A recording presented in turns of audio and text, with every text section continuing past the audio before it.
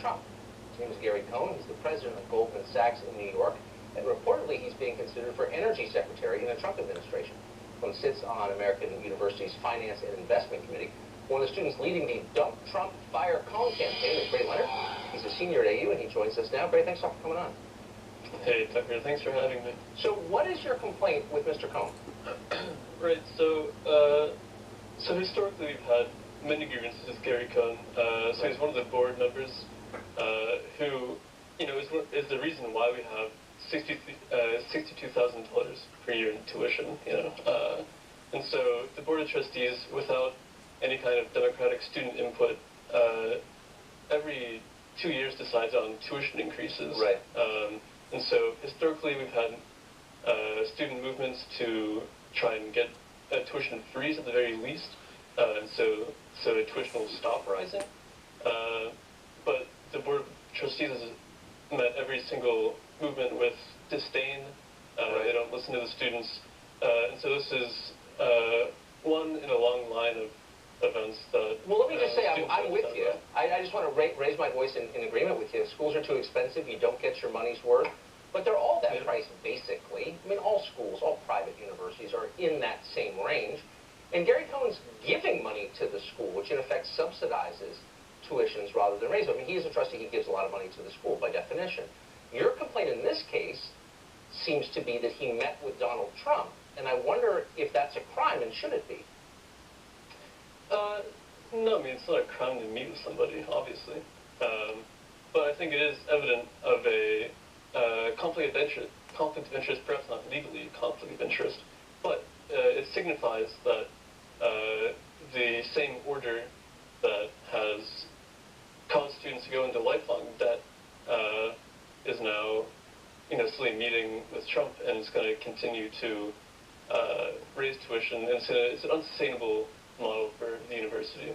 Okay. I mean, again, I agree with what you're saying, but on the one hand, but on the other, I mean, tuitions have risen through 8 years of the Obama administration. Trump isn't even president yet, and I don't think you'd be protesting someone who met with Obama. It looks a little like McCarthyism. I don't know if they teach you that in school, but that's the idea that associating with someone is the same as sharing his views. Al Gore met today with Donald Trump. You're not protesting Al Gore, if you see what I'm saying. Yeah, I see what you're saying, but I think you're simplifying it a bit too much. One, historically, Gary Cohn's been a very strong factor in the Board of Trustees not listening to students, not only in tuition, but in many other factors as well, such as sexual assault on campus. And so the Board of Trustees doesn't take action that helps students, in part because of Gary Cohn, but also because of factors in the way that the university is set up as a whole, the whole bureaucratic system of the university. Right. Not just specific to American University, but... No, it's not. And again, I'm not here to defend Gary Cohn, who I don't know, or the Goldman Sachs, or the American University Board, which I'm sure is as bad as you say it is. But I'm looking now at the statement that you put out on Facebook, which is, dump Trump, fire Cohn. And of course you can't fire Cohn because he's not paid. He's paying for the job, right? But you accuse him of collaborating with the fossil fuel business, and I'm quoting, and other oppressive industries. And then you say he's beholden to big oil. So it suggests that anybody with any connection to fossil fuels is committing a sin. That's basically what you're saying in the statement. And I'm wondering, aren't we all? I mean, didn't you take a car to the studio tonight? Isn't that a high moral standard for you as a student to be setting for others? No, I don't think so. And again, because there's a tradition, specifically at American University, although, there are tons of universities in the U.S. that have started fossil-free movements, so universities divest from fossil fuel investments in their endowment.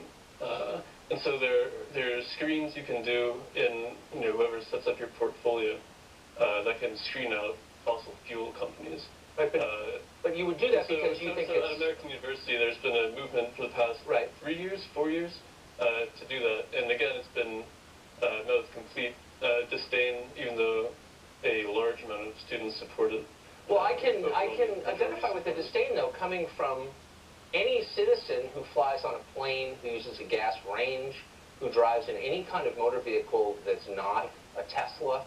If it is a moral crime to participate in fossil fuels at any level, again, aren't you a hypocrite? I mean, and don't you personally, no, I'm not attacking you, I'm merely saying if you're setting the standard to that height, can you can you pass the test? I don't think you can. Well, you know, it's reaching a bit far, Tucker. Really? To live by your own standards? That's an impossible dream for you? We're talking about a structural issue. And so, you know, because I have a plastic bottle of water right next to me doesn't mean I'm suddenly equal in terms of, you know, guilt compared to fossil fuel companies. So here's the point I guess I want you to ponder, though, Gray. Structural issues need to be met with structural demands, and that's exactly what we're doing. Because they don't demand anything of us. We can be upset about something we call a structural inequality without actually making personal changes. We can feel holy. We can consider them sinful. But here's my question to you. Don't you think it's a mistake to frame all political differences as moral differences? That's what I see in the statement. I don't see you trying to argue against Gary Cohn's points of view, whatever those are, or Donald Trump's for that matter. You're instead calling them names and saying it's somehow sinful to be engaged or involved with them. I mean, that's the opposite of a dialogue, isn't it? That's more like a religious expression, it seems to me. No, I think you have to maybe figure out the reasons why people are protesting Gary Cohn, but also other people who are close with Trump or being considered by Trump a bit more broadly than a Facebook description of an event. And so, sure, there's a historical, I didn't write it, but there's a historical tradition at American University where the students have many grievances with Gary Cohn, and so that's specific to American University. Yeah. Okay. But also, you know, there's many factors, not just because somebody meets with somebody, why he'd be protesting. It's like, you know, we're ignoring the fact that Gary Cohn is the president of Goldman Sachs, who benefits from exorbitant student loans. Right. It doesn't mention that, perhaps, because economic issues are too complicated for the students. All right, we're out of time, Gray. I appreciate. I'm doing my best to understand. Extorting students, right, for money. You know, and Gary Cohn is approving, you know, the policy decisions. So, thanks for joining us.